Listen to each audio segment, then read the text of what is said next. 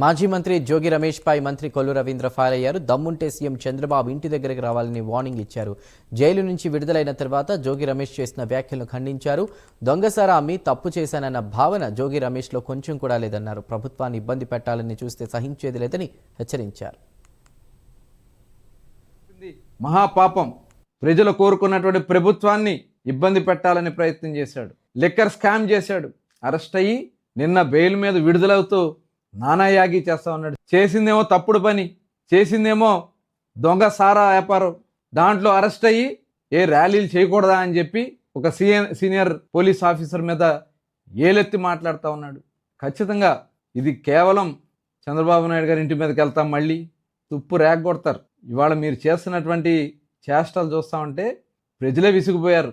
మీకు అరెస్ట్ అయ్యావు, దొంగసారా వ్యాపారంలో అరెస్ట్ అయ్యి కుట్రపూరితమైనటువంటి కార్యక్రమాలు చేయాలంటే సిట్లో మొత్తం విచారణలో బయటకు వచ్చింది. ఆ సిగ్గుమాలిన పని చేసిన సిగ్గు కూడా లేకుండా ర్యాలీలు చేస్తూ పోలీసులను బెదిరిస్తూ అంటే అరాచకాలు సృష్టించాలని ప్రయత్నం చేస్తే చూస్తూ ఊరుకుంటారు అనుకుంటున్నారేమో.